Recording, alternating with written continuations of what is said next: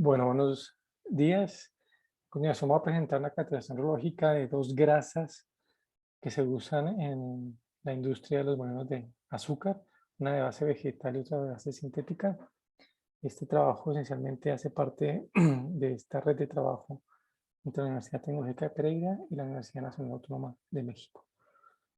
Como tal, a continuación vamos a ver una idea global del proyecto. Reitero, solamente voy a enfocarme en esta presentación de la parte biológica, la motivación de por qué los molinos, la reología y la reología de las grasas y unas conclusiones preliminares.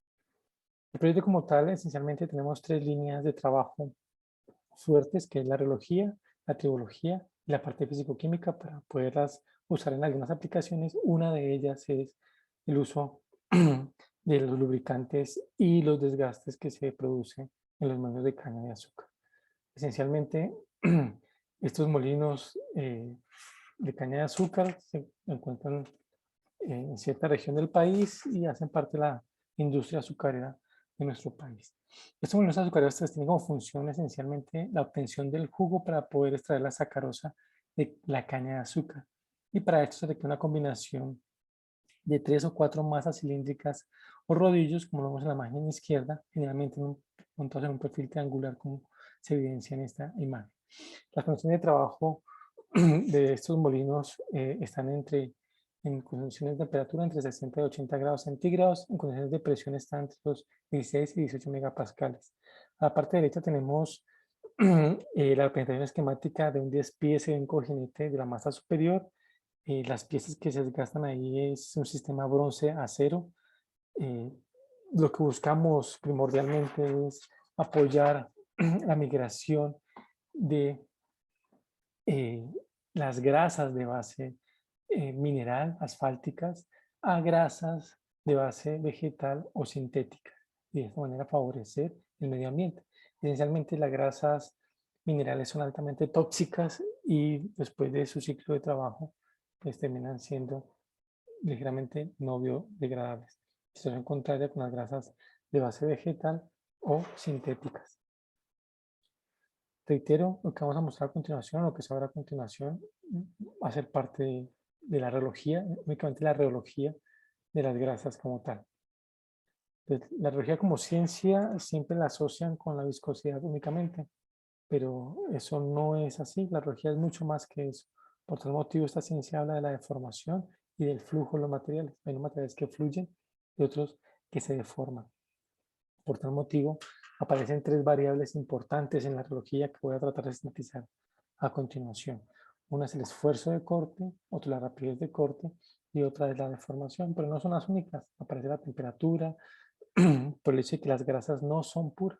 Es una combinación, una grasa como tal es un sistema complejo, ligeramente complejo, donde hay una base, hay eh, unos espesantes y unos aditivos para mejorar las cualidades y características de esta grasa. Otra es la concentración, que tan concentrado hay de una parte de la otra. Y por supuesto, pues el tiempo. ¿Cuánto puede durar esta grasa en condiciones de trabajo? Y eso es lo que hace la reología, poder prever ese tipo de características para sacarles el mayor provecho, sobre todo en la industria, que es donde los costos juegan un papel importante. Por tal motivo, no hablé de viscosidad, reitero, esfuerzo de corte, rapidez de corte de información, porque al combinar dos de estos tengo la viscosidad, que se representa con la letra eta, se mide en pascal segundos, pero si combino, hago el cociente de otros dos, encuentro lo que es el módulo de corte, o los módulos como tal, se muestran con la letra G.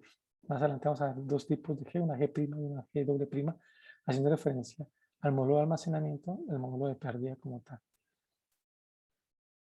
Bien, el instrumento con el que nosotros medimos estas propiedades lógicas es un instrumento de grado de investigación conocido como un reómetro. En palabras coloquiales, un reómetro lo que mide es deformaciones, palabras muy coloquiales. En este caso, se usaron dos geometrías de placas paralelas, una de diámetro de 25 milímetros y una de 50 milímetros. Se hizo un control de temperatura con sistema Peltier y el gap o la separación entre las placas se varió de 0.5 milímetros a 2 milímetros, generando alguna dependencia de estas condiciones. Los resultados como tal, en el lado izquierdo vamos a ver siempre las características de la base de la grasa de base vegetal y al lado derecho la grasa de base sintética. La primera curva es una curva viscosa en donde se evidencia eh, que la grasa sintética a la derecha es newtoniana, cosa contraria a la de la base vegetal. No es newtoniana en esas condiciones de shear rate o de esfuerzo de corte en que se está midiendo. Ligeramente la de base vegetal tiene una estabilidad térmica menos pronunciada si la comparamos con la de base sintética, en donde para una temperatura de 25 puede llegar al orden de 10 a la 2, pero para una temperatura de 60 puede llegar casi al orden de 10 a la 1, un orden de magnitud que de alguna manera puede desfavorecer en condiciones de trabajo.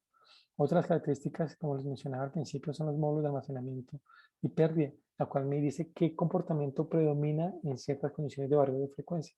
Frecuencias bajas hace referencia a tiempos largos, frecuencias altas hace referencia a tiempos muy cortos. Es decir, qué tanto se puede asociar este comportamiento en las condiciones de un molino de azúcar.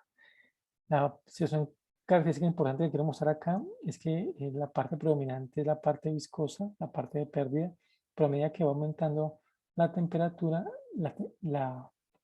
el comportamiento predominante es el comportamiento elástico, situación que puede favorecer, reitero, a las condiciones de los molinos. Reitero que esto hace parte de una caracterización teológica previa para poder enlazar estos resultados y sacar algunas condiciones definitivas.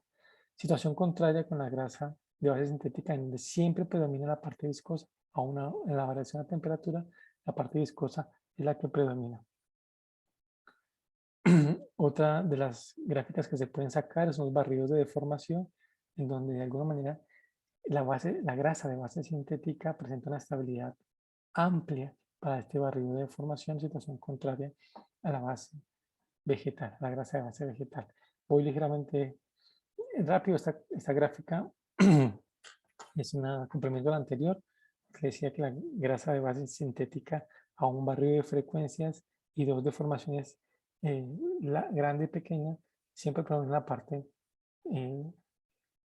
viscosa, situación contraria que para deformaciones grandes, la parte que predomina es la parte elástica. Con esto quiero agregar que estas diferencias se pueden estandarizar de alguna manera con una prueba internacional que es la 51810, en donde se busca estandarizar o relacionar las grasas más allá de solamente la viscosidad cinemática, sino también asociarlas con el shear rate. Para este caso, nosotros consideramos que no es determinante esta prueba aún, pero la podemos tomar como referencia para una caracterización de una grasa que se pueda usar en la industria de los molinos. Porque es la única prueba internacional que me asocia las velocidades de corte, la rapidez de corte con respecto a la viscosidad o al shear rate. Con esto pues ya termino esencialmente como la presentación de estas dos grasas, evidenciando que lógicamente son diferentes, por tal motivo sus características esperamos que sean diferentes, pero deben ser complementadas con estudios tribológicos en los cojinetes de bronce y acero. Deportado en la literatura, al parecer, por las condiciones de trabajo de temperatura entre 60 y 80 grados y de 16 a 18 megapascales de presión, la que tiene mayor ventaja es la grasa de base sintético. Bien, y es recordarles que la viscosidad no solamente es una propiedad que me permite llegar a conclusiones determinantes, sino que existen otro tipo de variables. Y pues las grasas trabajan esencialmente en condiciones líquidas. Los agradecimientos es un trabajo hecho esencialmente en la región de Risaralda, en Colombia, y en el laboratorio de biología del Instituto de Investigación de Materiales de la UNAM. Para mayores informaciones o detalles sobre este trabajo, la parte biológica, su servidor Eduardo Leiva, y la parte biológica, Anderson Ariza. Con esto pues doy por terminada la presentación.